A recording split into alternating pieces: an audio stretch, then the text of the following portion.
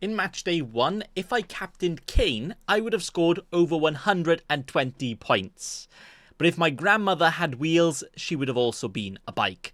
I did not captain Kane because I did not have Kane, and I decided to go for Kylian Mbappe instead, and he's just Ninja Turtle on my face. Nice one, lad. And to make matters worse, he's actually injured now, so yeah, that deserves a big unlucky. To be fair though, 90 points isn't actually too bad at all considering I didn't have Kane, where every single one of my players, apart from a Kubasi and a goalkeeper, actually returned points. Hey, that's pretty good. But for match day 2, oh, it's not looking good, bruv. We'll get into it. So this match day is a little different from the last one and will be similar to all of the upcoming game weeks, where we only have games on the Tuesday and Wednesday, so we only have 2 spins of captaincies instead of 3. That also means less substitution windows, so if you end up having loads of blankers on the second day, then tough.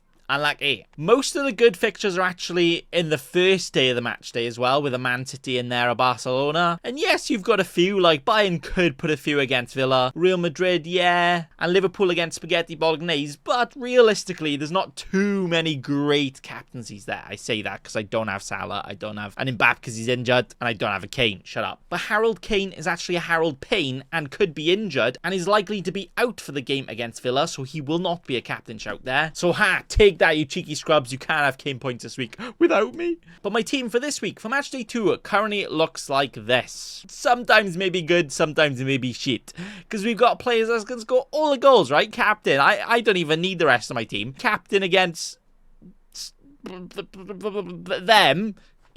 Literally a hat-trick of hat-tricks incoming. And we do have the young boy against the young boys, Lamine Yamal. He's going to get all the points there. And we've got double Liverpool for that Bolognese game too. But apart from that, the rest of the fixtures aren't looking too tasty. I got double Villa versus the Bayern Munich. I've got double Bayern Munich versus the Villa. I've got a Florian Wirtz who's great, but he's playing Milan. And players like Gyökeres, players like Schlotterbeck, good players, can score points, but not fixtures that you're like, they're definitely going to score the points, so oh dear. But with the Mbappe being doubtful, that's not even doubtful to be playing, it's doubtful to get points that aren't penalties, unlucky. Then with our 2 free transfers this week, we are going to transfer Mbappe out and bring in something a little spicy, because I only scored 90 points in match day 1. I need to get some spicy differentials in here to push up the ranks if I want to challenge for 83rd in the world again. So right now, for Mbappe replacements, yes, Kane scored 21 points, but he's likely to be out. We've got a Griezmann who, yeah, could be good, but I'm never like, yes, I really want an Atleti forward. No, thank you. We've got Juventus who don't have a good fixture this week. And we've got a few others who could do well this week, but then haven't got great games after that. So what I'm kind of thinking is the fact that Kane's only likely to miss out in 1 or 2 match days in Champions League, and Mbappe's only likely to be out for 1 match day. What I'm kind of thinking is get in a forward that just has a really good fixture this week, and then next week transfer them back out to someone like a Kane or an Mbappe. So out of the players that I like the fixtures the most, the player that I am actually tempted to go for is the one and only Lewandowski. Lewandowski, he's not a young boy anymore, he's an old man, but he is playing the young boys. And at home, Barcelona scoring all the goals. I think having Lewandowski and Lamar and Kubasi could literally be the recipe to make the perfect dinner of all of the points. We do then still have 1 free transfer, and apart from Mbappe out, there's nobody else in my team I'm like, I definitely need to get them out. But looking back at the fixtures, out of the ones I really want to target and not only have a good fixture this week, but maybe have a good fixture for a few weeks too, is actually Man City. Because yes, they had a tough game in match day 1, so that's why most people didn't triple up on them. I only have a Haaland. But now they play these guys, then they play these guys, and then yeah, some toughish games, you say, in Sporting, Feyenoord, not like pushovers, right? But I still think those are teams that are going to concede quite a few goals. But it's mainly for these 2 games right here. You know, Man City can put 3 or 4 past anybody. The fact that they're playing these teams, yeah, you could see all of the points. But if we go to the Man City players, De Bruyne's out, Foden hasn't been playing, Grealish, bit of a hair gel merchant. Bernardo Silva is starting every game, but yeah, not for fantasy. Players like a Doku, a Gundogan, Savinho now as well could do alright, but realistically, yeah, not too much there, is there? Defenders, though, we do have somebody like a Vardiol or even a Rico Lewis, who Rico Lewis is pretty damn cheap as well, could be worth it. But do I really want to be spending my one and only transfers on defenders for games that I think they're going to score all the goals? I mean, Vardiol could go and get a brace, but yeah, not the most spiciest. So what I am actually thinking now is getting in Phil Foden. Now, I actually have 3 ways to get Phil Foden, and that could be a Yamal out. Not doing that. That could be a Wirtz out. Not the Wirtz decision. It might not be. It could be a Diaz out, but then he plays Bolognese, so maybe not. Or a Jamal Musiala. Now, if you have Jamal Musiala and you want to get rid of him just before he plays Villa, you might only have about 4 brain cells. But, well, what I'm thinking right now is if I go Musiala out for a Foden, they're the same price, so I still have the money in the bank to go Lewandowski back up to a Kane or an Mbappe next week. And then that hopefully gives me Foden playing this team and this team, who have 2 very, very good fixtures for Man City, and hopefully Foden, because we don't actually know if he's going to play. But what I'm kind of thinking is, he's been building minutes up in the Premier League. He is yet to start this season, so why not start him in these 2 slightly easier fixtures to get him those minutes, to get him his confidence back after he's had a long summer, and hopefully bring confidence back into my team and help me score all of the points. Mbappe out to Lewandowski, and Musiala out for a Foden, which looks like it's going to be a complete wibbly-wobbly, unlucky mess. But the upside for this week, and hopefully for a couple of weeks as well, could very much be there to hopefully help me push me back up to those ranks, hopefully up to 83rd in the world once again, maybe, imagine. But as always, even though these are my planned transfers, I will not be making the transfers until right at the end, because you never know, we might get some last minute team news, we might get some last minute injuries, whatever.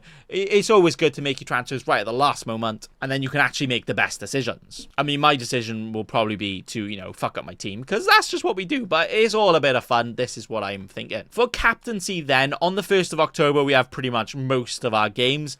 But it's got to be a Haaland captain, even if he's rumoured to not start. On literally 10 minutes against this team, he's scoring 10 goals. And then on the second day, that's where it gets a little bit more tricky. Now, I don't have somebody like a Salah, who would probably be my #1 captain if I could pick anybody. And now I'm realising I could actually literally put Salah in there, and I know he's guaranteed to start and has a much better fixture and could be a... Maybe that's a potential transfer too. But out of my current team, the players that I'm liking the most on the 2nd of October for the second captaincy swing, if we need it, realistically, not going to have to because we got Haaland, is probably a Trent, because playing AC Milan, he can still get a 6-pointer because that's just what he does. Now, playing a Bolognese team, they're, you know, playing at home as well. Liverpool have been very good defensively, guaranteed clean sheet, and then all the attacking returns incoming as well. So that right there could very well be my team for Matchday 2. Or it could be this. The more I'm looking at it, the more it could be this.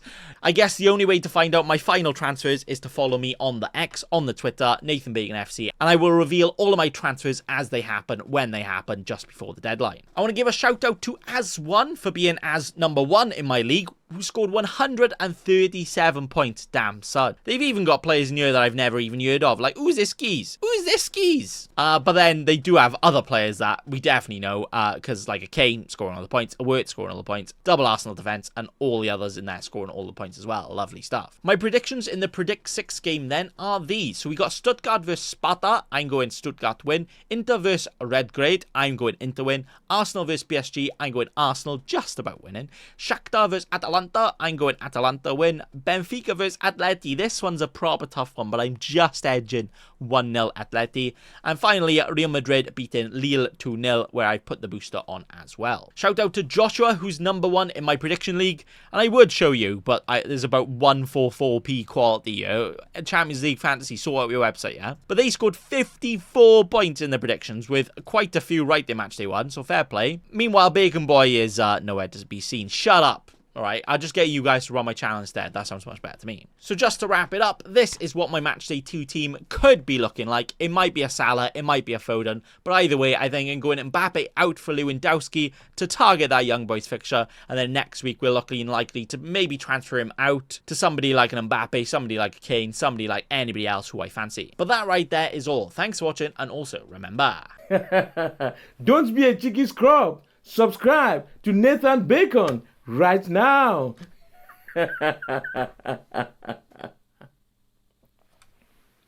Don't let your memes be dreams.